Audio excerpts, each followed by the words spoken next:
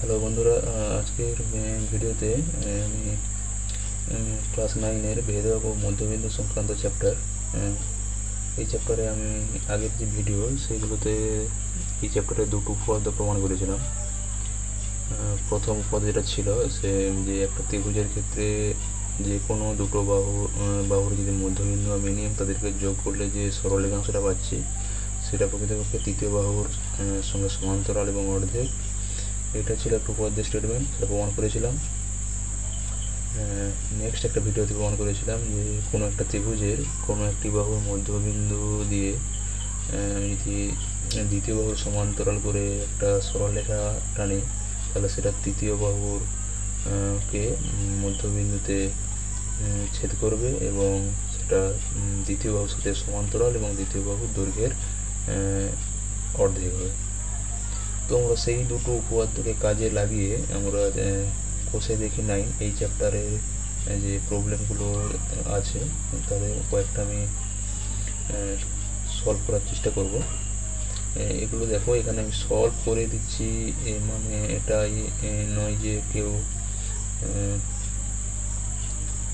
জিনিসগুলো যারা জানে না প্রকৃতপক্ষে এগুলো তাদেরই জন্য, কারণ যারা ঠিক ধরতে পারে না যে একটা প্রবলেম আমি কী করে সলভ করব, ঠিক আছে, তো যেগুলো প্রয়োগ বইতে করে দেওয়া আছে সেগুলো যদি কেউ দেখে কীভাবে উপপাদ্যগুলোকে কাজে লাগানো হচ্ছে একটা প্রমাণের ক্ষেত্রে, তো সেখান থেকে একটা ধারণা যেমন আসে, সেই সঙ্গে সঙ্গে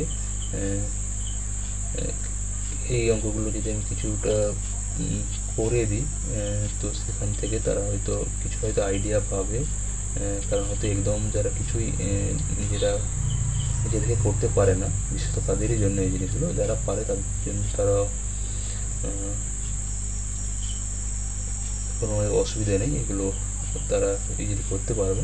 তো যারা এগুলো ঠিকঠাক করতে পারে না, ধরতে পারে না যে কীভাবে প্রবলেমগুলো আমি সলভ করবো, তাদের জন্য প্রকৃতপক্ষে এই ভিডিওগুলো।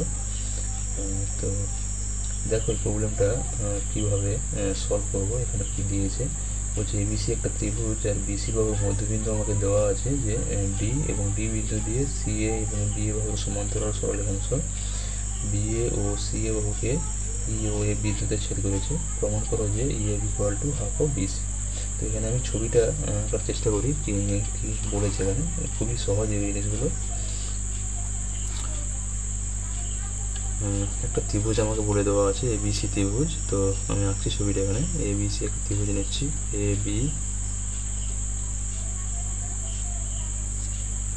বি সি, এটা একটা আমি ত্রিভুজ নিচ্ছি এ বি সি ত্রিভুজ।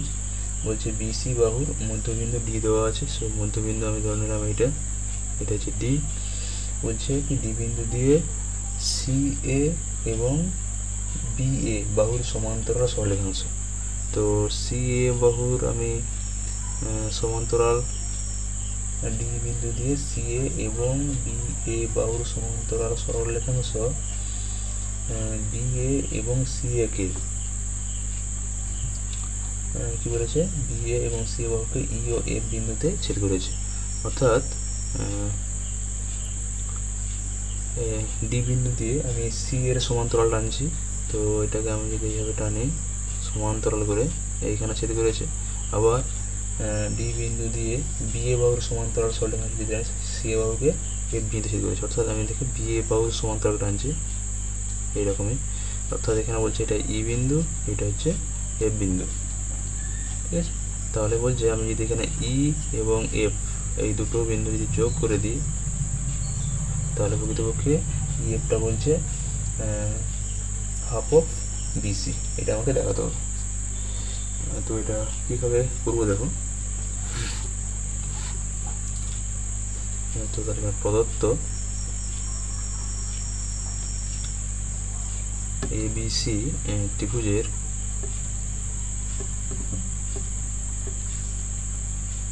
বি হলো বিসি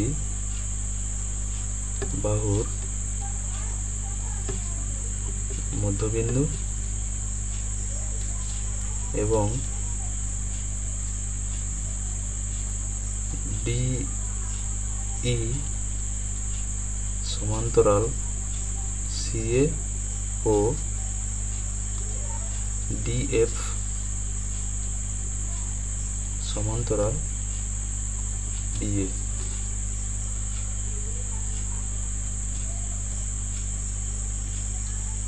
ই ও এফ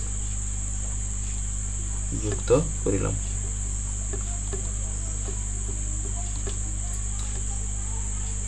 এখানে কি প্রমাণ করতে হবে? প্রমাণ করতে হবে যে E F equal to half of BC. তো এখানে আমি প্রমাণে আসছি। প্রমাণটা কি করে করব? দেখো এবিসি এই ত্রিভুজ আমাকে দেওয়া আছে, ডিটা কি বলে দেওয়া আছে? মধ্যবিন্দু। আমার উপপাদ্য অলরেডি একটু আগেই আমি বললাম প্রথমেই যে কোনো ত্রিভুজের ক্ষেত্রে কোনো একটা বাহুর মধ্যবিন্দু দিয়ে আমি যদি দ্বিতীয় বাহুর সমান্তরাল সিএ বাহুর সমান্তরাল করে যদি আমি একটা সরলরেখা আনি, তাহলে সেটা হচ্ছে তৃতীয় বাহুকে তার মধ্যবিন্দুতে ছেদ করবে, অর্থাৎ ডিটা হচ্ছে এবির মধ্যবিন্দু।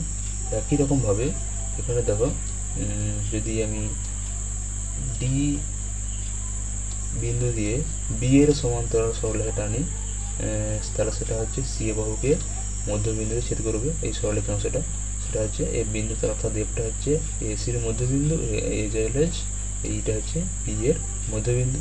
তাহলে সেখান থেকে আমি বোঝা যেতে পারছি যে ই আর এফ যেহেতু এই দুটো বাহুর মধ্যবিন্দু, তাহলে এদের যে সংযোজক রেখাংশ, তাহলে সেটা প্রকৃতপক্ষে তৃতীয় বাহু অর্থাৎ বিসির সাথে কি হবে? সমান্তরাল, আর এর অর্ধেক। জাস্ট আমার উপপাদ্যের স্টেটমেন্টগুলোকে এখানে লিখে দেবো। তো শুরু করছি এখানে। প্রমাণ: ত্রিভুজ এ বি সি এর ডি মধ্যবিন্দু দিয়ে সি এ বাহুর সমান্তরাল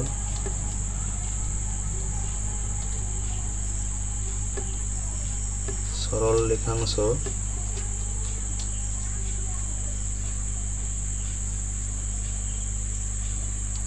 তৃতীয় বাহু বি এ কে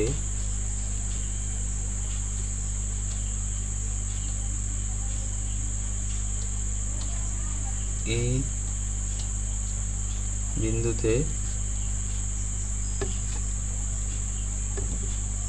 ছেদ করেছে। সুতরাং ই হলো বি এর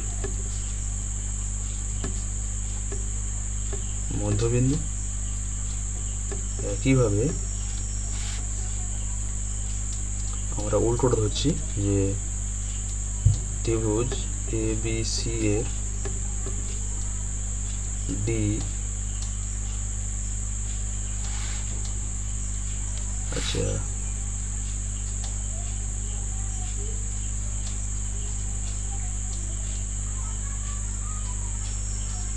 এটা ডিটা এখানে লিখে দিচ্ছি, ডি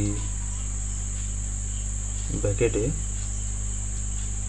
কার, এটা হচ্ছে বিসি বাহু, তাই না?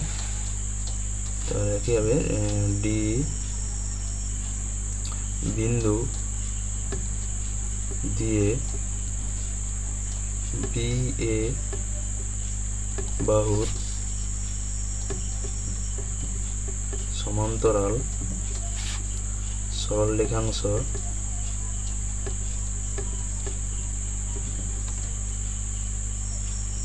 তৃতীয় বাহু সি এ কে এফ বিন্দুতে ছেদ করেছে। সুতরাং অতএব এফ হলো সি এর মধ্যবিন্দু এখানে লিখে দিতে হবে যে যেহেতু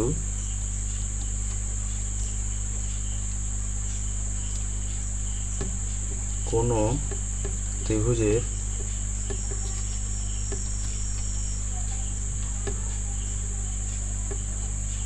একটি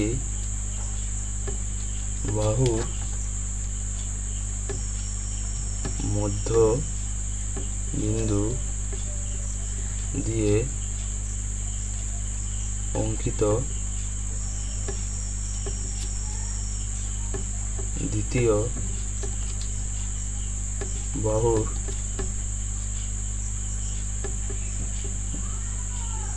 সমান্তরাল সরলরেখাংশ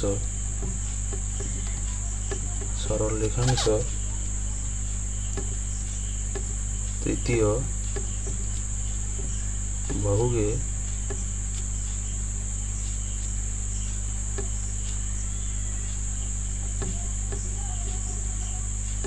মধ্যবিন্দুতে ছেদ করে এবং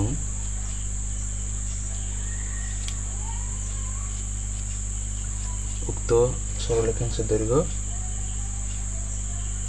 উক্ত সরল রেখাংশের দৈর্ঘ্য দ্বিতীয় বাহুর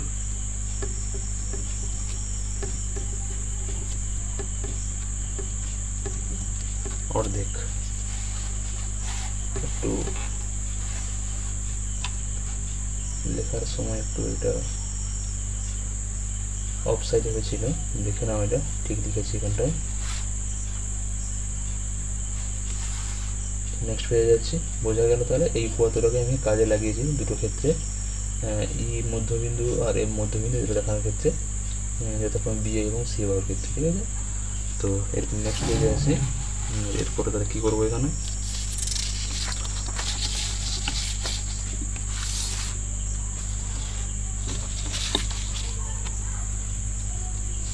অতএব ত্রিভুজ ABC এর ই ও এফ হল যথাক্রমে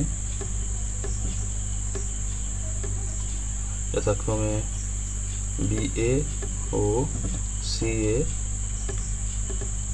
বাহুর মধ্যবিন্দু। অতএব EF equal to half of BC। এখানে যেহেতু কোনো ত্রিভুজের, এটা লিখে দিচ্ছি উপপাদ্যটা, যে কোনো ত্রিভুজের যে কোনো দুটি বাহুর মধ্যবিন্দুর সংযোজক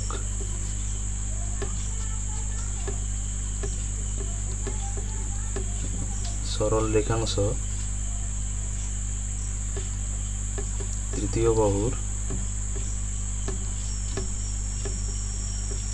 সমান্তরাল ও অর্ধেক।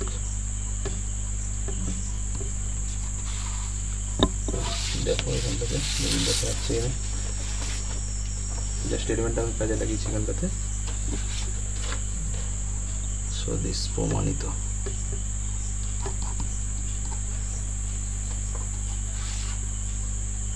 ওকে, আশা করি বোঝা গেছে প্রমাণটা।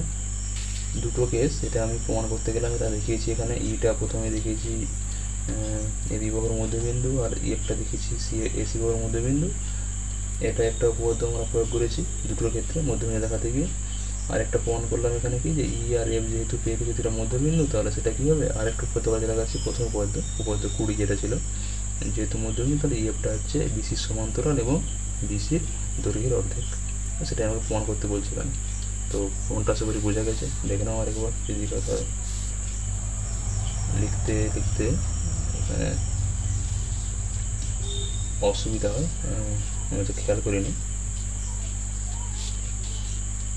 দেখা যায়নি সেই মুহূর্তে হয়তো। ওকে, নেক্সট পেজ।